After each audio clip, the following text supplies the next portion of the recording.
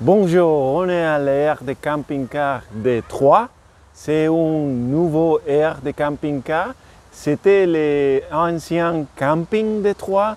C'est les villes en réalité. Ici, c'est comment ça s'appelle? Pont-Sainte-Marie. Pont-Sainte-Marie, c'est juste à côté de Troyes, à côté du stade de Troyes, le stade de l'Aube. Et on va commencer à parler d'abord des emplacements.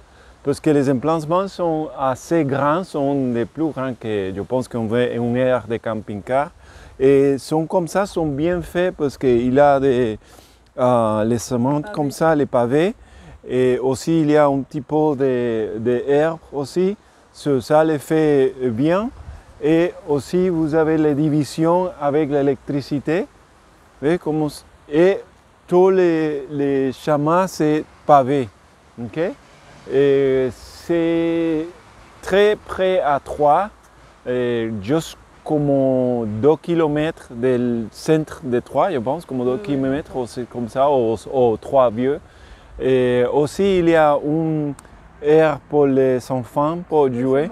Ok, on va montrer ça après. Et c'est près des magasins du Et oui, ça c'est intéressant. C'est près à les magasins des usines. Et c'est juste aussi comme d'autres kilomètres. C'est MacArthur Glen. Comment ça s'appelle? MacArthur Glen. MacArthur Glen. MacArthur Glen. MacArthur Glen. Et ça coûte combien? Comment? Ça coûte combien? Coûte combien les... Ah oui, les aires de camping-camp c'est 12 €, mais fais attention parce que c'est 12 € seulement les emplacements, les parkings. Mais pour les vidanges, il inclut l'électricité, mais pour les vidanges, c'est 3 € plus pour oui, Florence va expliquer ça. Ok? C'est tout. Alors, je prends la suite pour vous montrer un peu. Donc ça, c'est un autre emplacement. Donc pour vous dire, vraiment, ils sont tous vraiment très grands. Il n'y a que 37 places. Et donc hier soir, c'était plein. Alors que c'était mardi soir avant le week-end de l'Ascension. Donc voilà. Mais je pense qu'ils vont être victimes de leur succès parce qu'elle est bien l'air et c'est vrai que c'est un endroit de passage et donc c'est assez populaire. Donc ce que je voulais montrer aussi, c'est que c'est très ombragé. Hein. Vous voyez que, alors on voit que c'était un ancien camping, hein, c'est vraiment, c'est tout bien organisé comme un camping. Et bon, comme ça vient juste d'être fait, c'est vrai que c'est assez sympa.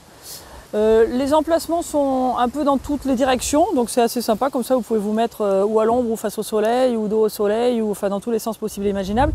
Et là donc nous on était un petit peu sur le fond de l'aire. Juste à côté il y a une station-service, il y a des supermarchés. À 5 minutes il doit y avoir un Aldi, il y a un Lidl un petit peu plus loin, il y a des petits restos, enfin il y a plein de choses à faire juste à côté. Et comme Mani vous a dit, il y a les magasins d'usine MacArthur Glen. Qui sont vraiment, nous on y allait en vélo, c'était à 8 minutes en vélo, genre. Et je vais vous montrer vite la petite aire de jeu, mais il y a des enfants dessus, donc je ne vais pas trop les montrer. Voilà, donc là il y a une petite aire de jeu pour les enfants, c'est bon à savoir. Et là, bon, je continue à vous montrer, donc voilà, ça c'est par exemple, ça ce serait un des emplacements qui est un peu plus ombragé, vous voyez, ils sont tous encore très grands. Hein. Il y a des caméras de sécurité, ça je voulais le dire aussi, ça a l'air d'être bien pour ça. Et donc voilà, c'est une partie de l'ancien camping parce que je vois que là-bas au fond un peu plus loin il y a ce qui était anciennement les sanitaires. Donc je pense que c'est pas tout le camping mais enfin une grande partie qu'ils ont donc changé en aire. Et là je me rapproche donc de l'entrée, donc l'entrée est assez loin quand même de l'aire elle-même.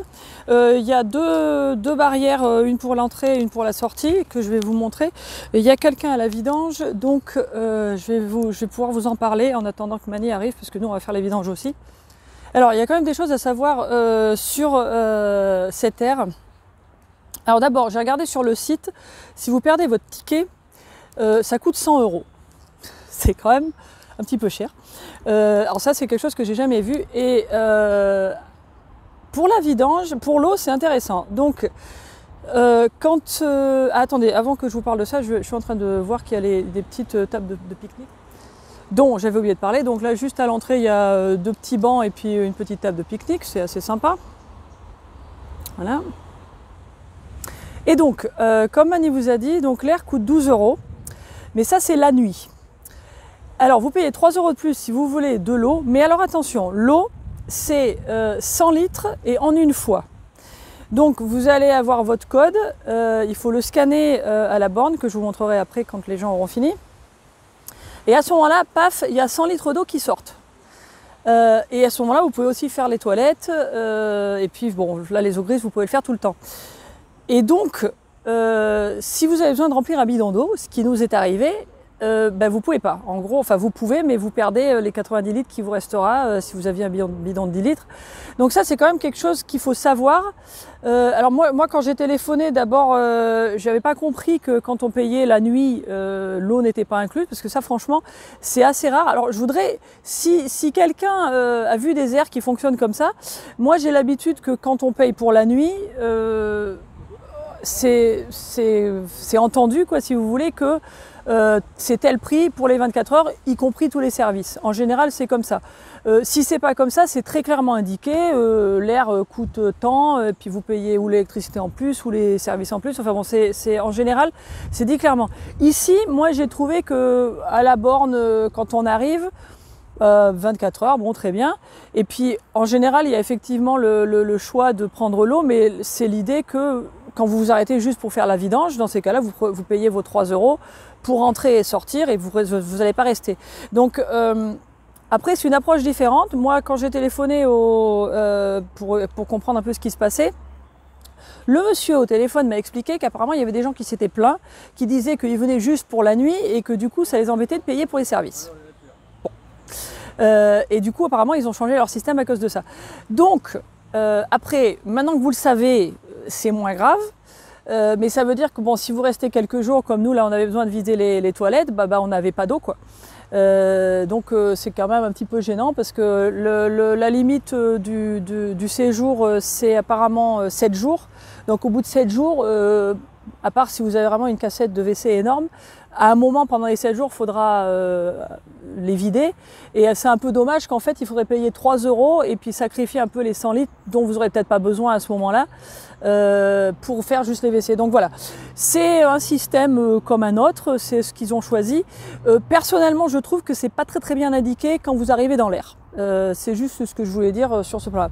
Je vais attendre que les gens aient fini pour vous montrer la zone de vidange. Et en attendant, je vais vous montrer où sont les poubelles. Donc en fait la zone de vidange est là, et juste pour vous situer, donc là moi je suis arrivée de là-bas, hein, et puis donc l'air de loin elle ressemble à ça, quoi, si vous voulez. Et donc là vous avez, alors ça c'est, il y a tout ce qu'il faut pour les poubelles, il y a un très grand local à poubelles. J'imagine que quand il y aura plus de monde l'été, il y aura peut-être plus de poubelles. Je vois qu'il y a des gens qui ont mis des bouteilles ici. Alors en fait, il faudrait peut-être qu'ils mettent un panneau parce que ça non plus, c'est pas indiqué. Là, vous avez tout ce qu'il faut pour les déchets et le recyclage. Et juste à l'extérieur, à côté de la borne de paiement, qui est donc juste là, puisque j'attends que les gens s'en aillent, je vais vous montrer l'entrée directement. Donc voilà, vous arrivez par là, vous avez une entrée et une sortie avec votre petit code. Et puis, je vais avancer. Et donc là, vous avez la borne de paiement, hein, et vous avez les verres ici. Donc, c'est vrai que les gens ne le savent pas. Là, il y a un petit panneau qui indique pas mal de choses. Sur 3, il y a les horaires de bus aussi pour aller en ville si vous voulez. Sinon, c'est très faisable à plier en vélo.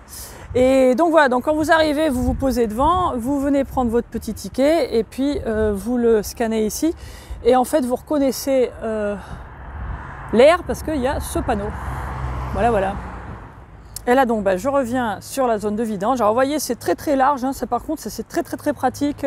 Franchement, c'est une des aires des mieux qu'on a vues. Et le seul truc, c'est vraiment dommage cette histoire d'eau parce que ça nous a pris un peu de cours. Bon, maintenant qu'on le sait, la prochaine fois on saura que si on veut de l'eau, il faut qu'on fasse ça, quoi. Mais voilà, j'espère que d'ici là ils auront un peu amélioré le système.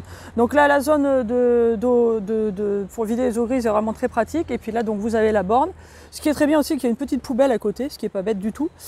Et puis voilà, donc en fait, normalement, vous scannez le code ici, vous appuyez sur les petits boutons qui sont là et puis après vous ouvrez le robinet que vous avez besoin pour faire ce que vous avez besoin. Voilà.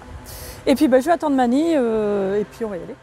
Je le vois qui avance là-bas. Alors il y a un sens de circulation que en fait tout le monde ignore, mais en réalité normalement il y a un sens de circulation. Vous voyez, il y a des grandes flèches qu'il le montre. Il y a un panneau là-bas, je ne sais pas si vous le voyez, mais il est juste là. Donc voilà, Mani, il suit les règles. Donc, Et voilà, l'El Palacio. Et voilà, ça c'était l'aire de camping-car de Troyes.